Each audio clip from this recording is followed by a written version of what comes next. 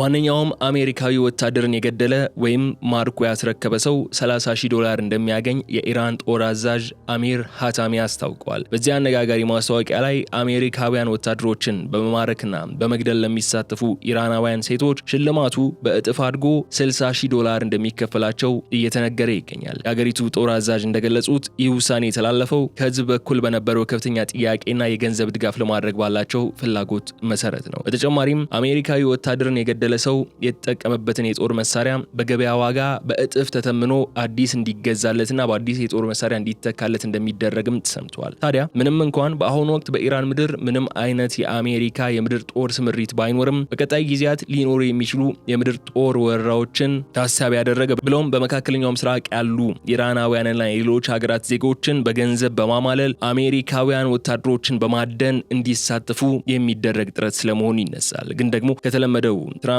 ኔታንያሁን የገደለ የገንዘብ ሽልማት ይሰጠዋል የሚለው የኢራን ጥሪ ይህ አዲስ የሆነው ጥሪ በአይነቱ የተለየና ወጣ ያለ ብሎም የውጥረቱን መልክ የሚቀይር ስለመሆኑ እየተነሳ ይገኛል። በኢራን ጎዳናዎች ላይ በትራምፕና በኔታንያሁ ላይ ለሚፈጸም ግድያ እርምጃ የተለያዩ ሽልማቶችን እናበረክታለን የሚሉ መረጃዎች መመልከት አዲስ ነገር የመሆኑ ነገር አሁን አብቅቶለታል። ለምሳሌ ያሁን በስክሪናችሁ ላይ የምትመለከቱት ምስል ሪቨንጅ ኢዝ ኢንኤቪታብል ይላል። በቀል የሚቀር አይደለም የሚል አይነት አንድምታ ያለው መልእክት ነው። እንደዚህ አይነት ይዘት ያላቸው የተለያዩ ባነሮች በተለያዩ ቢልቦርዶች ላይ በኢራን ጎዳናዎች ላይ ተሰቅለው መመልከት የዕለት ተዕለት የኑሮ ጉዳይ ሆኗል። አዲስ ነገሩ አሁን $30,000 የአሜሪካን ወታደር ለገደለ የሚለው እንጂ ትራምፕን ለገደለ $1,000,000 እንደሚከፈለው ከዚህ ቀደምም ሲነሳ የነበረ ነውና ይህ የውጥረቱን ሂደት ወደ አዲስ ምዕራፍ እያሸጋገረ ያለ ሆኗል። እንደዚህ አይነት ማስታወቂያዎች እየወጡ ያሉት ደግሞ በኢራንና በአሜሪካ መካከል ያው ከፈረሰ እንደቆየ የሚነሳለት ነገር ግን በመርህ ደረጃ ነበረ ተብሎ የሚታመነውን የ60 ቀናቱ የተኩስ አቁም ሂደት በይፋ ቀኑ በተጠናቀቀበት ወቅት ነው። ይህ በአሜሪካና በኢራን መካከል ለወራት የዘለቀውን ወታደራዊ ግጭት ለማስቆም የተደረሰው ጊዜያዊ መግባቢያ ስምምነት ወይም ኢስላማባድ ኤምኦዩ ይፋዊ የአገልግሎት ጊዜው የተጠናቀቀበት ወቅት ላይ ነው ያለነው። ሁለቱም ወገኖች ላለፉት ሳምንታት የስምምነቱን ውሎች ጥሳቸዋል በሚል እርስ በርሳቸው ሲካሰሱ የቆዩ በመሆኑ ምክንያት ሰነዱን ለማራዘምም ሆነ አዲስ ድርድር ለመጀመር ያላቸውን ፍላጎት እጅግ ዝቅተኛ ደረጃ ላይ መድረሱ ይታወቃል። የዚህ ስምምነት ውድቀት መሰረታዊ መንስኤዎች ከሁለቱ ሀገራት ስትራቴጂካዊ የጽንሰ ሐሳብ ልዩነት የሚመነጭ እንደሆነም ይነሳል። ኢራን ይህንን ስምምነት የጦርነቱ ፍጻሜ ማብቂያ፣ የማዕቀቦች መነሻና የታገዱ ሀብቶቿ መለቀቂያ አድርጋ ስትመለከተው፣ አሜሪካ በበኩሏ ተጨማሪ የኒውክሌር ግዴታዎች የሚጣሉበት ጊዜያዊ የተኩስ ማቆም አድርጋ ትመለከቷለች። ከተፈራረሙት ሰነድ በተቃራኒ የተጣሉ ማዕቀቦች አለመነሳታቸው፣ የባህር ከበባው አለመላላቱና ሁለቱም ወገኖች ከፈጸሟቸው የአጸፋ ጥቃቶች ስምምነቱ በተግባር ዋጋ ቢስ አድርገውት ቆይቷል። አሁን ስምምነቱ በይፋ ጊዜ ገደቡ ማብቃቱ በሁለቱም ሀገራት ደህንነትና ወታደራዊ አቋም ላይ ስር ነቀል ለውጥን ያመጣል። ኢራን ከዚህ ቀደም ትከተለው የነበረውን ተከላካይ የሆነን አቋም ወደ አጥቂ የመከላከል ስትራቴጂ መቀየሯ ይፋ ያደረገች ያለችበት ወቅት ላይ እንገኛለን። ይህም በሆርሙዝ ሰርጥ ላይ ያላትን ወታደራዊና ጂኦፖለቲካዊ ተጽዕኖ ለማስከበር ያላትን ቁርጠኝነት በግልጽ የሚያሳይ ነው። በሌላ በኩል አሜሪካ በውሃው መስመሩ ላይ ጠንካራ የባህር ኃይል ቁጥጥር ለማድረግና አዳዲስ ማዕቀቦችን ለመጣል በትዝትም የአየር መከላከያ ሚሳኤሎች መቀነስና የስምሪት መራዘም ወታደራዊ አማራጮቿ ውሱን እያደረገው እንዳለ ይመለከታል። ይህ ወታደራዊና ፖለቲካዊ ውጥረት በዓለም አቀፍ የነዳጅ ንግድና ኢኮኖሚ ላይ ያሳደረ ያለው ተጽዕኖ እጅግ ከፍተኛ ሆኖ ነው የቀጠለው። በሆርሙዝ ሰርጥ የሚያልፈው የንግድና የነዳጅ መርከቦች እንቅስቃሴ በከፍተኛ ሁኔታ ቀንሶ ያለበት ወቅት ነው። በቅርብ ቀናት የተፈጸሙ ጥቃቶችና የባህር ከበባዎችም ስጋቱ በከፍተኛ ሁኔታ እንዲበዛ አድርገውታል። ባለሙያዎች ምንድነው እያለ ያሉት? አሁን ሁለቱም ሀገራት በኃይል ወይም በኢኮኖሚ ጫና አንዱ ሌላውን ሙሉ በሙሉ ማስገደድ የማይችሉበት ደረጃ ላይ ነው የደረሱት። ስለዚህ ሌሎች አማራጭ መንገዶችን መመልከት ግድ ይላቸዋል በሚሉበት ወቅት ነው ኢራን የአሜሪካን ወታደር ገድሎ ወይም በህይወት ማርኮ ለሚያስረክበኝ ሰው $30,000 የአሜሪካ ዶላር፣ ሴት ኢራናውያን በዚህ ተግባር ላይ ተሳትፎ ካሳኩት ደግሞ $60,000 የአሜሪካ ዶላር በጉርሻ መልክ እሰጣለሁ ስትል እየተደመጠች ያለችውና ዛሬ ዋናው አብይ ጉዳያችን ይህ ነው የሚሆነው። አብራችሁን በመቆየት እንድትከታተሉ እንጋብዛችኋለሁ። የገበያ ግሎባልን የዩቲዩብ ገጽ ሰብስክራይብ አድርጉ፣ ቪዲዮውን ላይክ አድርጉ፣ ሀሳብ አስተያየታችሁንም በኮሜንት መስጫው ላይ እንድታስቀምጡልን እንጋብዛችኋለሁ። ከተከታይ አጭር መሸጋገሪያ በኋላ ተመልሰን ስንመጣ ዝርዝር ጉዳዮችን ይዘን ነው የሚሆነው። በድጋሜ መልካም ቆይታ።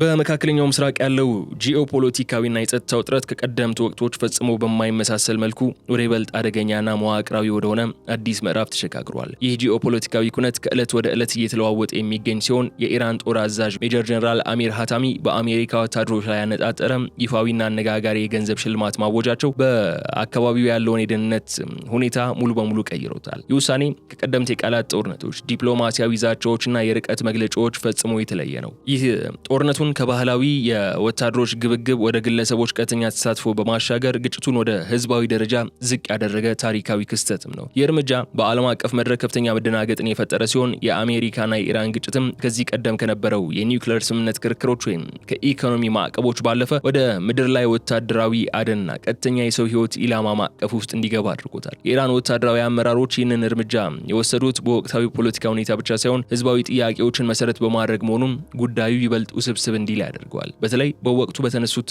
መረጃዎች መሰረት የኢራን ጦር አዛዥ ይህንን ይፋዊ ማስታወቂያ ያሰሙት አሜሪካ በክልሉ ለምታደርገው የሰራዊት እንቅስቃሴ ከፍተኛ ዋጋ እንደምትከፍል ማሳሰቢያን በሰጡበት ወቅት ነው። ያ አካሄድ ኢራን ከአሜሪካ ጋር ያላትን ውጥረት ለመቆጣጠር ከምትጠቀምባቸው የተለመዱ ታክቲኮች ወጥቶ ህዝቡን በቀጥታ በወታደራዊ ግጭት ውስጥ የማሳተፍ አዲስ ስትራቴጂ መከተል መጀመሯንም በግልጽ ያሳያል። በዚህ ሁኔታም ይህ አዲስ ክስተት ምን ማለት እንደሆነና የኢራን ስትራቴጂክ ስሌቶችና በዓለም አቀፍ መድረክ ላይ ሊያስከትሏቸው የሚችሏቸውን ዘርፈ ብዙ ቀውሶች ዛሬ በስፋት ለመመልከት እንሞክራለን። የዚህ ውሳኔ መዘዞች የሁለቱን ሀገራት ግንኙነት ብቻ ሳይሆን በመካከለኛው ምስራቅ የሚገኙ የሌሎች ሀገራትን የደህንነት ስሌት የሚረብሽ በመሆኑ ጉዳዩ ከመሰረቱ መረዳትም ወሳኝ ሆኖ እናገኘዋለን። የኢራኑ ጦር አዛዥ ሜጀር ጀነራል አሚር ሀታሚ በአሜሪካ ወታደራዊ ኃይሎች ላይ ያነጣጠረውን ይፋዊ የባውንቲ ማስታወቂያ ይፋ ሲያደርጉ ለአንድ አሜሪካዊ ወታደር መገደል ወይም መማረክ 30,000 የአሜሪካ ዶላር ክፍያ እንደሚፈጸም አስታውቀዋል። ይህ የገንዘብ መጠን በወቅታዊ የኢኮኖሚ ሁኔታና በክልሉ ነባራዊ ሁኔታ ሲታይ ለግለሰቦች ከፍተኛ ተነሳሽነትን የሚፈጥር ሲሆን ግጭቱን ከመንግስታዊና ከሰራዊት ግጭት ማዕቀፍ ወጥቶ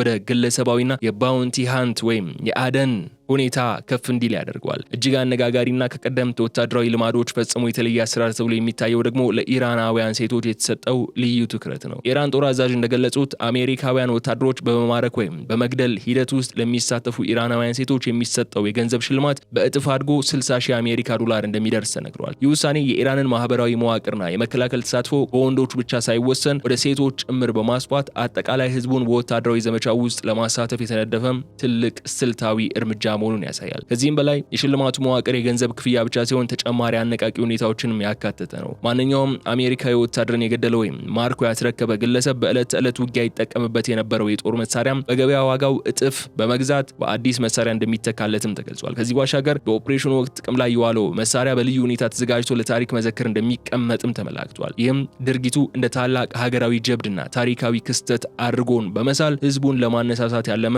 የስነ ልቦና ጦርነት አካል ተደርጎ ተቀምጠዋል። አዛዡ ይህን ሁሉ እቅድና የሽልማት ማዕቀፍ የተዘጋጀው ከህዝብ በኩል በነበረው ከፍተኛ ጥያቄና ህዝቡ ለሀገሪቱ የሰራዊት ኃይሎች የገንዘብና የአካል ድጋፍ ለማድረግ ባለው ፍላጎት መሰረት መሆኑን አጽንኦት ሰጥተው ሲገልጹም ተደምጠዋል። እንቅስቃሴው የገንዘብ ጂሃድ በመባል የገለጹትም ሲሆን ውሳኔው ወታደራዊ ስልቱን ከህዝባዊ ፍላጎት ጋር በማቀናጀት አሜሪካ በክልሉ የምታደርገውን ማንኛውም አይነት የምድር ጦር ስምሪት አስቀድሞ ለመቅጣትና ወታደሮቿን ከፍተኛ የስነ ልቦና ስጋት ውስጥ ለመክተት የነደፈ አደገኛ እርምጃ መሆኑን የቴህራን ታይምስና ሌሎች ዓለም አቀፍ መገናኛ ብዙሃን በሰፊው የዘገቡት ያለው ጉዳይ ሆኗል። ሜጀር ጀነራል አሚር ሀታሚ ያወጡት ይህ አዲስና አነጋጋሪ የሽልማት ማስታወቂያ ብቻ ሳይሆን ባለፉት ጊዜያት በክልሉ የተካሄዱትን ወታደራዊ ግጭቶችና ውጤቶችን አስመልክቶም ጠንካራ መግለጫዎችና ማብራሪያዎችን ሰጥቷል። አሜሪካ በቅርቡ ከኢራን ኃይሎች ጋር ባደረገችው ግጭት በቁሳቁስም ሆነ በወታደራዊ አቅም ረገድ ከፍተኛና የማይተካ ጉዳት እንደደረሰባት ኢራን በግልጽ አውጃለች። የአካሄድ ዋሽንግተንን ለበርካታ አስርተ ዓመታት የዘለቀው የማይበገር ወታደራዊ የበላይነት ምስል ለመናድና በዓለም አቀፍ ደረጃ ያላትን ግርማ ሞገስ ለማጉደፍ የታለመም ስትራቴጂካዊ እርምጃ ነው። በተለይም የኢራን ወታደራዊ አመራር በወቅቱ ካነሷቸው ነጥቦች መካከል የዩኤስኤስ አብርሃም ሊንከን አውሮፕላን ተሸካሚ መርከብ ኢላማ መደረጓ ዋናው ነው። ሀታሚ እንዳረጋገጡት ይህች ግዙፍ የአሜሪካ የጦር መርከብ በኢራን ኃይሎች በተተኮሰ ፕሮጀክታይል ቢያንስ አንድ ጊዜ ኢላማ ተደርጋለች፣ ሳትመታም አትቀርም የሚል ጉዳይን አንስቷል። በዚህም የተነሳ ለተወሰነ ጊዜ መርከቧ ላይ የነበሩ የጦር አይሮፕላኖች መነሳት እንዳቆምና መርከቧም ወደ ኋላ ለመመለስ ተገዳ የነበረችበት ሁኔታ ተፈጥሮ እንደነበር የኢራን ወታደራዊ ባለስልጣናት ይገልጻሉ። የኢራን ወታደራዊ መግለጫ የአሜሪካን የባህር ኃይል አቅምና የደህንነት ሁኔታን በቀጥታ የሚፈታተን ነው። ከሁለተኛው የዓለም ጦርነትና ከፋርስ ባህር ጦርነት ወዲህ ዋሽንግተን ስትገነባው የቆየውን ሰፊ ወታደራዊ አቅምና የበላይነት ምስልን የሚፈታተን ሲሆን በቅርብ ግጭቶች ወቅት አሜሪካ ከባድና አውዳሚ ጉዳቶች እንደደረሰባትም ለማሳየት ያለመ ነው። አሜሪካ ከቀድሞ በተለየ መልኩ በክልሉ ውስጥ ያላትን ወታደራዊ ስልጣንና ተጽዕኖ እጅግ የተዳከመ መምጣቱንም የኢራን ኃይሎች አሁን በድፍረት ለመግለጽ እየሞከሩ ይገኛል። የዚህ ወታደራዊ ጉዳት መገለጽ ዋናው ዓላማ አሜሪካኖች ከዚህ በኋላ በመካከለኛው ምስራቅ ያላቸውን ወታደራዊ ሰፈሮችና የባህር ኃይል ሀብቶች እንደ ልብ መጠቀም እንደማይችሉ ለማሳየት ነው። ሀገራት ለራሳቸው ደህንነት ዋስትና ሲሉም ከዚህ በፊት በሰፊው ይተማመኑበት የነበረው የአሜሪካ የጸጥታ ጥላ ላይ ብቻ በመመካት መቀጠል እንደማይችሉና አዳዲስ አማራጮችን መፈለግ እንዳሉባቸው የኢራን አመራሮች በግልጽ እየሰበኩ ይገኛሉ። ይህ የውድቀት ናሬቲቭም የክልሉን የኃይል ሚዛን የሚቀይር ትልቅ የስነ ልቦና ጦርነት አካል ተደርጎም ተቀምጧል።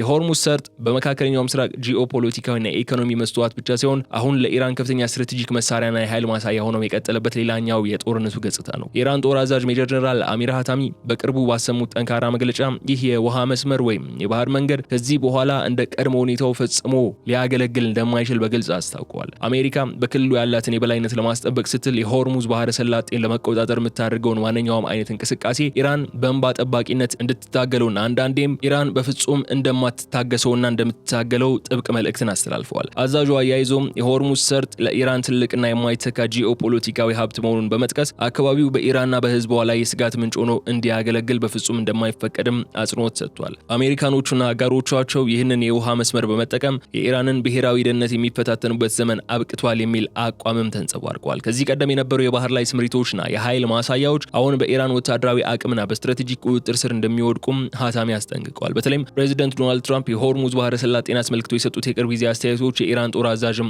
አጥብቀው ሲተቹ ተደምጠዋል። ዋሽንግተን በዚህ ስትራቴጂክ የባህር መስመር ላይ የበላይነት ለመመስረት የምታደርገው ማንኛውም ሙከራ ውድቅ እንደሚደረግ ገልጸው የባህረ ሰላጤው ስትራቴጂካዊ አቅም ሙሉ በሙሉ ወደ ኢራን ማዘንበሉ የቅርብ ጊዜ ግጭቶች ትልቁ ውጤት መሆናቸውን አንስተዋል። ይህንን የባህር ላይ ቁጥጥርና የስትራቴጂክ አቅም ለመጠበቅ ሲባል ደግሞ ኢራን ከማንኛውም ጊዜ በላይ በወኔ እንደምትታገልና ወደ ኋላ እንደማትል አረጋግጧል። የአሜሪካ የምድር ጦር ስምሪትም ሆነ የባህር ኃይል እንቅስቃሴዎች ወደፊት በክልሉ ዳግም እንዲያንሰራሩ እንደማይፈቅዱም ሀታሚ በጥብቅ አሳስበዋል። የአሜሪካ ኃይሎች በባህረ ሰላጤው በኦማን ባህርና በሆርሙዝ ሰርጥ ውስጥ የመግባት መብት እንደሌላቸው በመግለጽም የኢራን ጦር አካባቢውን በንቃት እንደሚቆጣጠር አስታውቀዋል። ይህ የኢራን አቋም የክልሉን የባህር ትራንስፖርትና የነዳጅ ማጓጓዣ መስመሮች በአዲስ የውጥረትና የፉክክር እሳት ውስጥ የሚከት በመሆኑ ደግሞ ዓለም አቀፍ ማህበረሰብ ጉዳዩን በከፍተኛ ስጋት እንዲከታተለው ያስገደደበት ወቅት ላይ ይገኛል። በመካከለኛው ምስራቅ የተከሰተው ይኸው የቅርብ ጊዜ ወታደራዊ ውጥረትና የኢራን እርምጃዎች በክልሉ የሚገኙ ሀገራት አጠቃላይ ደህንነትና የውጭ ጉዳይ ስሌት ላይ ከፍተኛ መሰረታዊ ለውጥ እንዲያደርጉ ያስገድዳቸዋል። ለበርካታ አስርተ ዓመታት በመካከለኛው ምስራቅ የሚገኙ በርካታ መንግስታት ለብሔራዊ ደህንነታቸው ዋስትና ሲሉ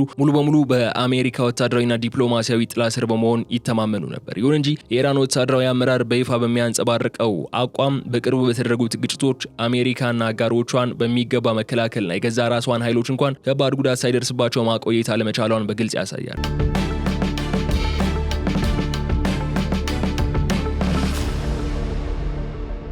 የኢራን ጦር አዛዥ ሜጀር ጀነራል አሚር ሀታሚ ባደረጉት ግምገማም የቅርብ ጊዜ ግጭቶችና ጂኦፖለቲካዊ ውዝግቦች ያረጋገጡት ትልቅ እውነታ ቢኖር ሀገራት ከዚህ በኋላ ለደህንነታቸው በአሜሪካ ላይ ብቻ ጥገኛ ሆኖ መኖር ፈጽሞ እንደማይችሉ ነው ይላሉ። አሜሪካ በችግር ጊዜ ቃል የገባችውን ያህል አስተማማኝ አጋር መሆን አለመቻሏንና ወታደራዊ አቅሟን ከቀድሞ አንጻር እጅግ የተዳከመ መምጣቱ የክልሉ ሀገራት በንቃት መመልከት መጀመራቸው ያነሳሉ። ይህ ሁኔታ በመካከለኛው ምስራቅ የሚገኙ መንግስታት ከዋሽንግተን ጋር ያላቸውን የረዥም ጊዜ የጸጥታ ስምምነቶችና የትብብር ማዕቀፎች በአዲስ መልክ እንዲመረምሩና የራሳቸውን አማራጭ የደህንነት ዝግጅቶችም እንዲፈልጉም ግፊት ይፈጥርባቸዋል። በተለይም በፋርስ ባህረ ሰላጤና በዙሪያው ያሉ ሀገራት የኢራንን የማያዳግም የሚሳኤል የድሮንና የባህር ላይ አቅም ከግምት ውስጥ በማስገባት ከአሜሪካ ጋር ያላቸውን ግንኙነት አዲስ አደጋዎችን ሊያስከትልባቸው እንደሚችል እየተገነዘቡ ይገኛል። አሜሪካ በክልሉ ያላትን ወታደራዊ ሰፈሮችና የጥበቃ አቅም የራሷን አጋሮች ጨምሮ የክልሉን ሰላም እንደሚያረጋግጥ ሲነገር የነበረው ትረካም አሁን ላይ ከፍተኛ ፈተና ገጥሞታል። ሀገራት ከአሜሪካ ጋር ከመሰለፍ ይልቅ ከኢራን ጋር ያለውን የኃይል ሚዛን ለመጠበቅ የሚያስችል ዲፕሎማሲያዊና ጸጥታ ነክ እርምጃዎችን ለመውሰድ እንዲገደዱ የኢራን ጽኑ አቋም ገፍቷቸዋል። ይህ የኢራን ስልታዊ መልእክት በክልሉ ውስጥ አዲስ የፖለቲካና የደህንነት ቅኝቶች እንዲፈጠሩ በርም የሚከፍት ነው። የኢራን ጦር አዛዥ እንዳሉት አሜሪካኖች በክልሉ የሚደረጉት ወታደራዊ ስምሪቶችና ጣልቃ ገብነቶች ለቀጣይ መረጋጋት ዋስትና ሳይሆን ለቀውስ ማባባሻ ምክንያት ናቸው። ስለዚህ የክልሉ መንግስታት የውጭ ኃይሎች ላይ ከመተማመን ይልቅ የራሳቸውን ክልላዊ የደህንነት ዝግጅቶች መዘርጋት እንዳለባቸው በመጠቆም የአሜሪካን የረዥም ጊዜ በላይነት ታሪክ አብቅቶ አዲስ የባለብዙ ወገን የኃይል እውነታ በመካከለኛው ምስራቅ የተፈጠረ መሆኑን አጽንኦት ይሰጡበታል። ሌላ በኩል የኢራን ጦር አዛዥ ሜጀር ጀነራል አሚር ሃታሚ በሰጡት ማብራሪያ ላይ የኢራን ወታደራዊና ቴክኒካዊ አቅም አስመልክቶ የሰጡት አስተያየትም የፖለቲካ ጉዳይን ወደ ከፍተኛ የቴክኖሎጂ ምዕራፍ ከፍ ያደርገዋል። አዛዡ የኢራን ኃይሎች የያዙት የሚሳኤልና የድሮን ቴክኖሎጂ አሜሪካና እስራኤል የገነቧቸውን እጅግ ዘመናዊና የተራቀቁ የተባሉትን የአየር መከላከያ ስርዓቶችን ሰብረው በመግባት የታለመላቸውን ኢላማዎች በትክክል መምታት እንደሚችሉ ያረጋግጣሉ። ይህ የቴክኒክ አቅም ማሳያ ኢራን በጦር ሜዳ ላይ ያላትን የበላይነት ከቀላል የሰው ኃይል ተሳትፎ ባለፈ በዘመናዊ ወታደራዊ ሳይንስ ላይ የተመሰረተ መሆኑን ለማሳየት ያለመ ነው። በተለይ በቅርቡ የተደረጉትን ወታደራዊ እርምጃዎች እንደማሳያ በመጥቀስ በዮርዳኖስና በሌሎች ስልታዊ አካባቢዎች ላይ የተፈጸሙትን የሚሳኤልና የድሮን ጥቃቶችን አንስቷል። እነዚህ ጥቃቶች የኢራን ጦር ከአድማስ በላይና ከረዥም ርቀት ላይ ሆነው ጠላቶቻቸውን የመምታት ታክቲካዊ ችሎታቸውን በተግባር ያሳዩበት ዋናው ማሳያ እንደመሆኑም ተገልጿል።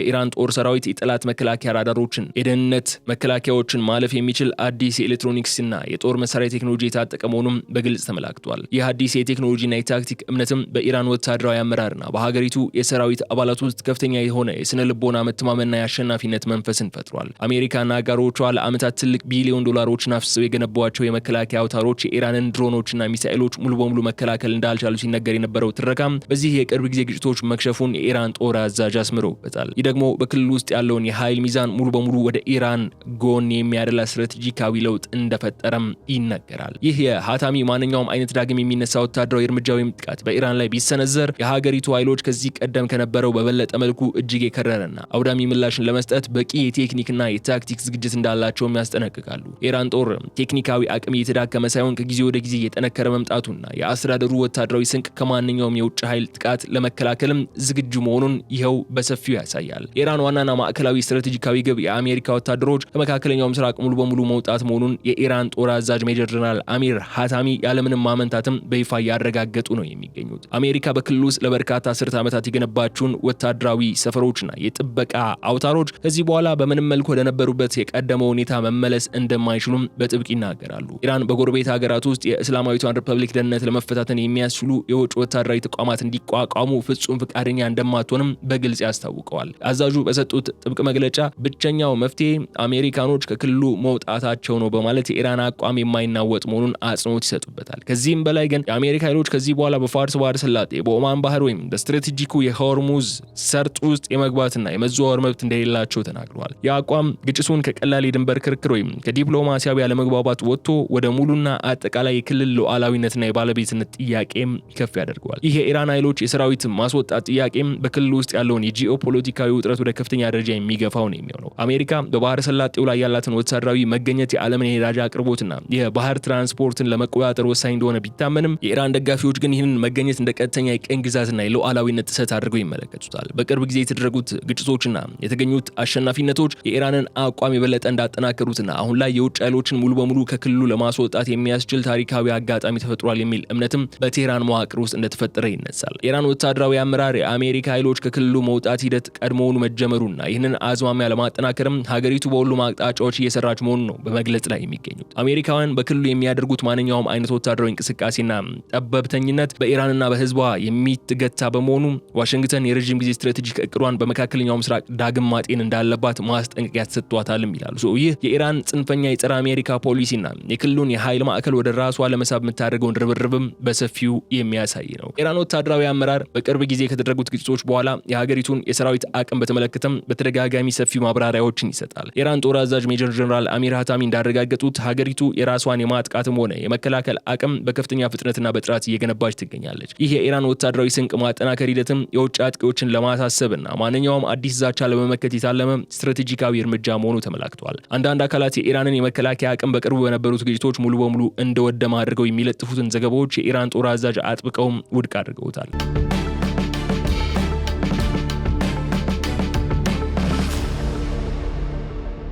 ሃታሚ በሰጡት መግለጫ ሀገሪቱ ቀደም ሲል የነበራትን ወታደራዊ አቅም ሙሉ በሙሉ በመጠበቅ ላይ እንዳለችና ከዚህም በተጨማሪ አዳዲስ አቅሞችን በየጊዜው እየጨመረች መምጣቷን አረጋግጧል። ይህም የኢራን ጦር ለረጅም ጊዜ የሚቆይ ጦርነትን ወይም ውጥረትን ለመቋቋም የሚያስችል ጠንካራ ኢኮኖሚና ወታደራዊ ዝግጅት እያደረገ መሆኑን በግልጽ ያሳያል። በቅርቡ በሆርሙዝ ባህረ ሰላጤ ዙሪያ በተካሄዱት ግጭቶች ወቅት እነዚህ አዳዲስ ወታደራዊ አቅሞችም በተግባር መሞከራቸውና ውጤታማ መሆናቸውን አዛዡ ተናግረዋል። የኢራን ጦር ከቀድሞ በተሻለ መልኩ የቴክኖሎጂና የስትራቴጂ ዝግጅቱን በማዘመን ላይ የሚገኝም ሲሆን ሲሆን የሀገሪቱ የጦር መሳሪያ ኢንዱስትሪዎችም ያለ እረፍት እየሰሩ ይገኛሉ። ይህም የተለያዩ ምንጮች መረጃዎች እንደሚያሳዩት ኢራን ከማንኛውም የውጭ ኃይል የሚመጣን ጥቃት ለመቋቋም የሚያስችል ራስን የመቻል አቅም ለመገንባትም ጥረት ስለማድረጉ ያነሳሉ። ሀታሚ የኢራን ጠላቶች ከዚህ በፊት የፈጸሟቸውን ትላልቅ ስትራቴጂካዊ ስህተቶች እንዳይደግሙ ጥብቅ ማሳሰቢያ የሚያስተላልፉ ሲሆን ኢራን ራሷን ለመከላከልና የብሔራዊ ጥቅሟን ለማስጠበቅ በሚደረጉ እንቅስቃሴዎች ላይ ምንም አይነት ገደብ እንደማይኖራት ገልጸው የሰራዊቱ መልሶ ግንባታ ሂደትም ሙሉ በሙሉ በሀገሪቱ ከፍተኛ የጦር መሪዎች ቀጥተኛ መሪነት እየተካሄደ መሆኑን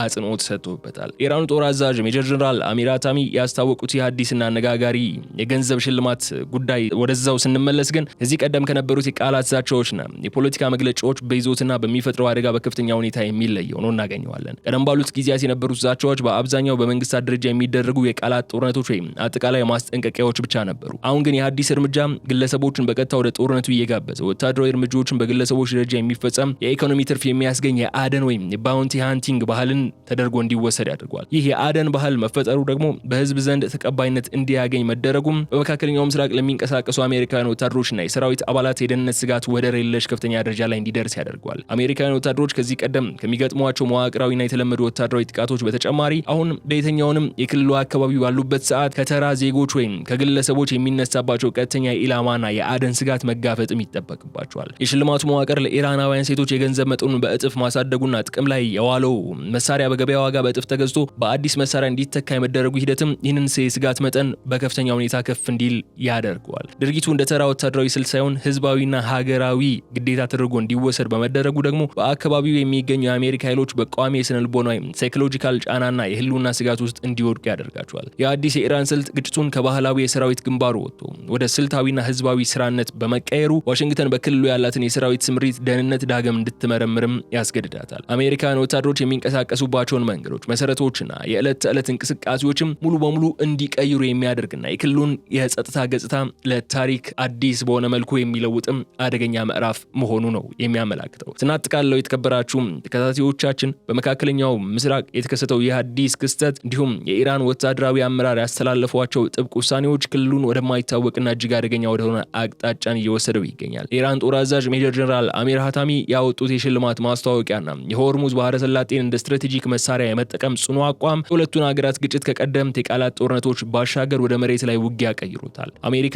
ለዚህ የገንዘብ ጥሪና ለወታደሮቿ ደህንነት ስጋት የምትሰጠው ምላሽም የመጪውን ጊዜ ጦርነትና የሰላም ሂደት የሚወስነው ዋነኛው ነጥብ ወሳኝ ነጥብ ሆኖ ይቀመጣል። በዚህ መሰረት መካከለኛው ምስራቅ በአዲስ መልክ እየተቀረጸ ሲሆን የኃይል ሚዛኑ ከመቼውም ጊዜ በላይ ተሰባሪና አደገኛም ሆኖ ብቅ ብሏል። አሜሪካ በክልሉ ላይ ያላትን ወታደራዊ በላይነትና የረጅም ጊዜ የደህንነት ዋስትና ናሬቲቮች በኢራን የቴክኒክ አቅምና በሰራዊቷ ጽናት ላይም ከፍተኛ ፈተና ገጥሟቸዋል። የክልሉ ሀገራትም ከአሜሪካ ጋር የነበራቸውን የቆየ ቁርኝነት በአዲስ መልክ እንዲመረምሩና የራሳቸውን አማራጭ የደህንነት ስሌቶች እንዲያዘጋጁ የተደረገው ግፊት ክልላዊ ፖለቲከኞችን በእጅጉ አሳስቧል። በተለይ የኢራን ጦር ራሱን በፍጥነት በማደስና የማጥቃት እንዲሁም የመከላከል አቅሙን በማጠናከር ላይ መገኘቱ ለቀጣይ ቀውሶች መባባስ ትልቅ ምዕራፍን ከፍቷል። የዩኤስኤስ አብርሃም ሊንከን አይሮፕላን ተሸካሚ መርከብ ውስጥ ላይ ያለው ቀውስና የኢራን ሚሳኤሎች የተራቀቁ የአየር መከላከያዎችን ሰብረው መግባት መቻላቸው በዘመናዊው ጦርነት ታሪክ ውስጥ አዲስ አሰራርን ያሳያል። ይህ ደግሞ በዋሽንግተንና በቴህራን መካከል የሚደረገውን ስትራቴጂክ ትግል ይበልጥ ውስብስብ እንዲሆን ያደርገዋል። ይህ የኢራን እርምጃ